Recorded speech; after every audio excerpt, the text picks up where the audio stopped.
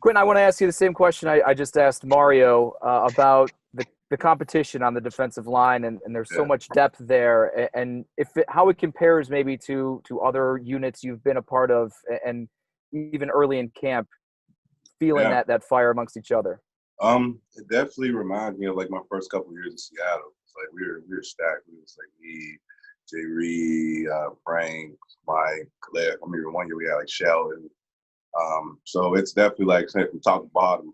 But even from top to bottom, we might even have more depth than even those years, you know. So just every day you gotta bring your A game, because other guys around you, and I feel like it just helps us because everybody, we even have our little G2X boy. Everybody wants to beat out the next guy, or So I mean, it's pretty cool. I feel like we're all gonna push ourselves to that next level, and it's something that kind of made me even want to come here. Definitely said just being in a room with a bunch of talent, I know it's going to only push me myself to be better. And like I said, you get to gain knowledge from guys like Mario and Jerry and Trent who been here and played at a high level. So I get to watch them, see the things they do, and see if I can implement it in my game and even pick their brains on and off the field. So it's pretty cool. Appreciate it. Thanks. No problem. Okay, Quentin, Mark Gaughan from the Buffalo News. Thank you for doing this. Mario just called you a beast. Appreciate it. I know versatility is your thing. You played right end, left end, three technique in Seattle, but with Starr opting out, can you handle part-time work if needed at the one technique, even though you're not 315? Oh yeah. I played a bulk of it even last year. If you watch earlier film, because Jaren was out with suspension, so I had to place a lot of nose and three. And to me, I feel like I said, it's about just being a technician. Like if you have good technique, stay low, have fast, quick and violent hands, firing off the ball. I mean, it's pretty easy to split a double team. I feel like the double team at the nose is similar to the double team at the three, which I think the three actually might be even a little tougher because that tackle has that angle on you. But the best thing, like I said, you learn from Coach E is just teaching us great technique that you can use wherever you line up.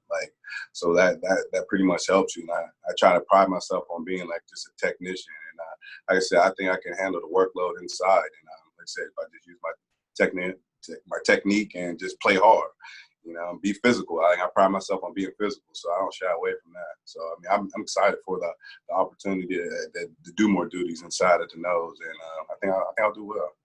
Thank you. No problem.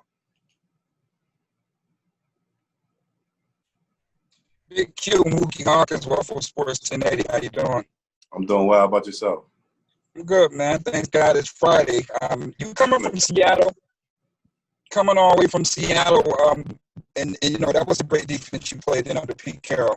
What are the similarities between this defense and that one? I say the similarities, just like I said, the depth at every position. From starting in the back end. You got guys like Poyer, Micah, you got Josh Norman. The other side, you got Trey Davis, and then you got Saran. Nichols at the linebackers. You got great young talent. That's the biggest similarity. I see, like I said, especially when I came in, those guys were kind of at the end of their tenure, but like I said, everybody seemed like Seattle had like a great young defense, a bunch of young hungry dudes who out there trying to make a name for themselves, and that's what I see out here. A bunch of young hungry dudes trying to make a name, and I'm excited to be a part of it. Like I said, you see, we got out there in practice, even yesterday, that first 9-on-7s, I was one of the most dominant 9-on-7s I feel like I've ever been a part of, where they couldn't pitch a drop, and just seeing that, I'm like, man, this is our first real practice. I'm like, it's only the sky's the limit. We're only gonna get better from this. So, man, I'm just excited. Hey, man, I'm excited for you, man, and good luck and the best of luck to you this year. Thank you. I appreciate it. Yeah. Yes, good afternoon. George Radney from Challenger Community News. Quentin, how are you doing this afternoon? I'm doing great. How about yourself? Pretty good. How's it going with the physical? Because obviously I didn't realize you were 6'9". You still. Oh, no, he was joking. I said, I'll take it. No, I ain't really 6'9". Oh, that's great. Say, wait a minute. We heard of you sooner, but how is it with the physical team playing with a team like coming from Seattle and so forth, and now coming to another playoff contending team that plays physical defensive play? How does that work for you? Man, I fit right in. You know, like I said, that's one of the first things I seen. Like I said, especially like I said yesterday when we did the 9-on-7 scrimmage, seeing guys coming off the ball, just playing hard nose, playing physical, not scared to put, get up in there. And I said that fits my style of play. Like I said, if you go back and even watch, like I said, film from prior last year, like I like to play physical with my hands. And like I said, just I think I mesh well with this defense. Like, it allows me to be aggressive, not really reading, just play downhill. And I think the sky's the limit for me. I feel like this is only going to bring out the best version of myself. I feel like, especially now, I feel like my best ball is ahead of myself. So I'm just excited for the opportunity this defense allows me, like I said, to do. Really, it suits my skill set. Okay, excellent. And also with this layoff and coming into camp late and just now getting to the physical part of the game, do you think that's might be a blessing in disguise for you, for the veteran players like yourself, or do you prefer the early on OTAs and the contact earlier in camp? I think what guys are seeing, I think we kind of it's bittersweet. You do enjoy the time off. You got to reset your body, but then again, I do appreciate the OTA phases because I feel like you get to really get that build up into camp. Get your body really ready and ramped up in those different stages. It's almost like a 4-month period. So, I mean, that's why you see, like, guys getting a lot of, like, soft tissue injuries, a lot of, like, Achilles, ACL. It's just, like, it's kind of like you went from, like, 0 to 100, really, really, really, really in that small period of time because it doesn't matter how much you run in, how much you lift, and there's nothing like playing actual football and guys, pressing up against you and stuff, and then just pushing your body because you're living, like, you're competing at the highest level against the guy next to you who's competing at the highest level as well to try to stop you. So, I mean, I appreciate the time, but I definitely wish we had more time, because like literally about 2-3 weeks about to play a game. So it's like trying to fit everything in a small period of time. So it's it's definitely strange, but I mean, guys are adapting. You have to really take care of like your nutrition and you're making sure your body, getting your soft tissue stuff done so you don't go out there and get any injuries. Yeah, because they see now rash injuries are starting to happen around the league now. Starting to see that. You definitely got to be cautious, and just listen to your body and definitely just stay on top of your stuff. Because say like you're trying to pack all this stuff in a matter of like a month. Exactly. Well, thank you very much, Quinton, and good luck in the upcoming season. Thank you. I appreciate it. Hey, Quinton, Josh Reed with the CBS station here in Buffalo.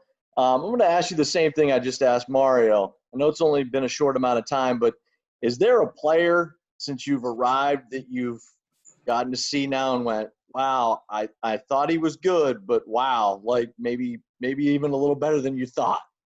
I'll probably say I'll say Mario because I mean I watched him from afar when I was in Seattle. Like I said, a lot of time we play the same teams, Carolina, but like overlap, so I get the chance to watch him, and I'm like, man, for an old guy, he can move. I told him all the time, like, man, he's old, but you coming off that ass. So it's just, like I said, just watching him and work and just, like I said, just picking his brain and, like, how he, like, goes about rushing the passer and some of the moves he uses is pretty dope just to say to watch him every day. And then I see the work he puts in. I'm like, okay, now I see why he was able to play so long at a high level. I say he's like, for 10 years in, he's still playing and moving like a young guy. So I was like, it's good to see just how, like I said, he takes care of his body and stuff. And that's how he's able to, come back every year and still play at a high level, even down the road in his career. It's only fair that if he calls you a big head, you get to call him an old head, correct? Yeah. It is. It's only fair. I appreciate your time. Have a good day. You too. Hey, Quinton, Matt Perino from Syracuse.com. Thanks for taking the time. I was wondering, coming and playing from on the other side of the country last year in Seattle, what have been your early impressions of Buffalo, Western New York? I know it's during, kind of a quarantine period here, but what have your impressions been so far? My impression's been, you guys have some great food. That's like everywhere I go, I love to like just try to find some food spots. But I mean, you guys have some great food, and I want to try to hit as many spots as much as I can. And just the people, there's a lot of great people. I mean, everybody I met so far has been just genuine, just very hospitable, and just shown nothing but love, And I said, the fan base here is just amazing. And like I said, Seattle, I feel like we had a great fan base there, but I've never been recognized as much here as I've been there. You know, a lot of guys might seem like you do something, but here, like I was in Dunkin' Donuts and somebody knew who I was. That shocked me, especially deep with the line. Man. I'm like, they really don't care for us. But just seeing that, you know, it just shows. Like I said, you guys have a great fan base, and guys, people, like I say, know the bottom roster to the top. So it's pretty cool. Does that like resonate with players, like when the fans are that engaged and involved and are that passionate about what you guys are doing? It does, because then you see too, like I said, you're representing something that's just bigger than you. You're representing, like I said, a whole city, a whole like almost state, you know. So it kind of puts stuff in perspective, you know. Like I said, when you're out there, you're not alone. You know, you got whole city, you got Buffalo behind you, so it's pretty dope. Thanks, Quinton. No problem. Hey, Quinton, Matt Bove here with the ABC affiliate. Welcome to Western New York, I guess, for these first couple weeks. Appreciate it. It's such a simple question, but I feel like it could have such a complicated answer. You've been a part of defenses that are very successful. To you, what makes a defense dominant? Like what like key qualities I feel like make the defense? Because I guess you could go about it so many different ways. Like, you know, defense can be built on the line, the linebackers, the secondary, but it feels like this defense, at least, you know, from what we've seen so far, is kind of pretty, you know, spread out talent-wise. Yeah, no doubt. But, man, you asked me personally, I think all great defenses start with the defensive line. You know, they're defensive line driven. Even the great offenses are driven by their offensive line. You know, you only go as far as those two groups, you know, because at the end of the day, you can have the best linebackers, best DB, but if we're not getting pressure, we're not, you know, hitting our gas, penetrating, it means nothing. So I take the onus on our group, you know, like we have to come out every day and set the tone, you know, set the line of scrimmage. Like I said, make Maine's job easier, make the DB's job easier by getting, pressure and penetration. And another big thing too is just, like I said, just the cohesion and the cohesiveness, you know, guys on the same page, you know, having a good feel for each other. That was one of the first things I noticed too, like guys were real close in the locker room on defense, you know, guys hang out together. And it's pretty cool, like I said, because you need to know when you're out there, like I said, know that guy's family, and you got to know that guy like the back of your hand. Like, you know, that's how guys play. If I have a good feel of what Mario's doing, he has a good feel of what I'm doing, you know, we can make plays. He can play off me, I can play off him. And that's the biggest thing to say, like, I feel like we're definitely starting to mesh even in a short period of time, and I think it's only going to get better. So that's the biggest thing that I think like make great defenses.